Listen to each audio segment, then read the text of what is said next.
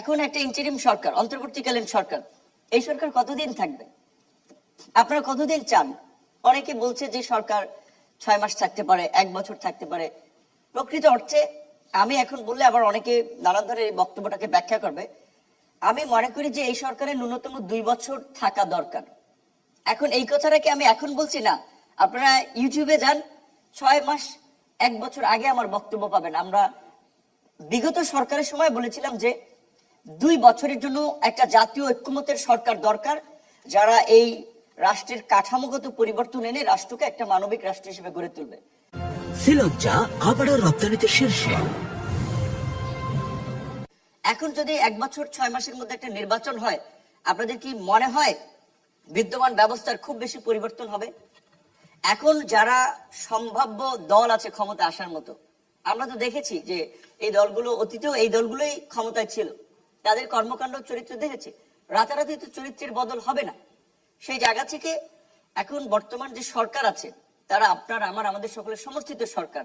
আজকের যে এই বিতর্কের এই জায়গাটাতে যে সুন্দর দুটি স্লোগান ছিল, যে যুক্তির আকাশে প্রতিবাদী সূর্য, তুমি সাইদ তুমি মুগ্ধ, দুজন আমাদের এই আন্দোলনের শহীদদের নামকে কানেক্ট করে একটা ছন্দ লেখা হয়েছে।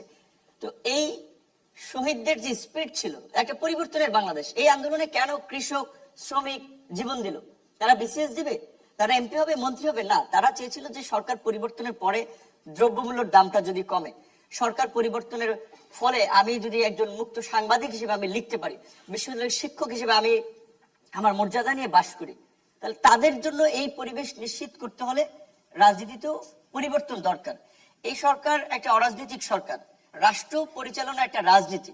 সুতরাং অরাজনৈতিক ব্যক্তিদের দিয়ে একেবারে পূর্ণ রাজনীতি কিংবা পরিপূর্ণভাবে রাষ্ট্র পরিচালনা করা সম্ভব নয়। আমরা যেটা বলেছিলাম যে এই অরাজনৈতিক ব্যক্তিদের পাশাপাশি রাজনৈতিকভাবে বিভিন্ন দল থেকে কিছু প্রতিনিধি নিয়ে এটাকে একটা ইনক্লুসিভ গভর্নমেন্ট করা যায়, যেটাকে আপনারা জাতীয় ঐক্যমত্যের সরকার বলেন বা জাতীয় সরকার বলেন।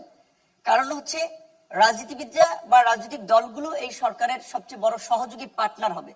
সেখানে রাজনৈতিক দলগুলোর সাথে যদি সরকারের দূরত্ব থাকে, রাজনৈতিক দলগুলো কেউ কেউ বলছে সরকার আবার বিগত অনিলেভেনের মতো একটা কিংস পার্টি তৈরি করে কিনা, বিরাজনীতিকরণ প্রক্রিয়ার দিকে যায় কিনা, সেই জায়গা থেকে 2 বছরে অনেক রাজনৈতিক দল একমত হবে না। কিন্তু যখন রাজনৈতিক দলের প্রতিনিধিরা এখানে থাকবে, তখন কিন্তু তারা বুঝতে পারবে যে সরকার কি হচ্ছে, তারা জানতে পারছে।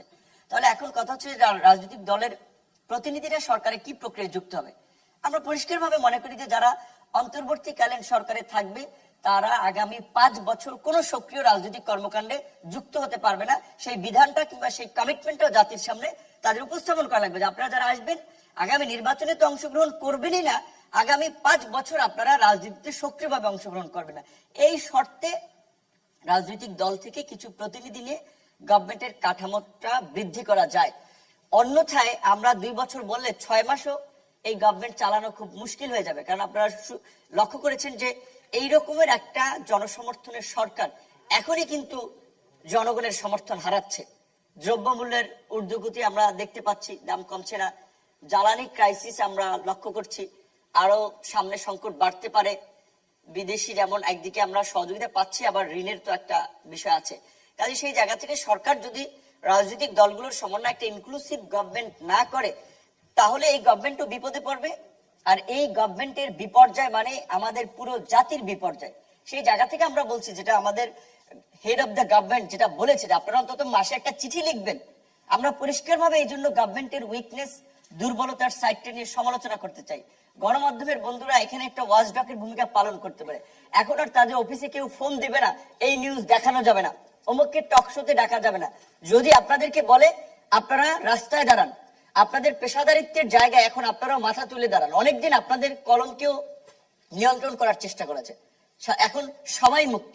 কাজে সেই জায়গা থেকে আমরা বিশেষ করে সকলের প্রতি, সরকার, নাগরিক, সংবাদকর্মী সকলের প্রতি আহ্বান জানাবো যে রাষ্ট্রকে সঠিকভাবে পরিচালনার জন্য যার যার জায়গা থেকে যে ভূমিকাটি রাখা দরকার সেটি যেন আমরা রাখি।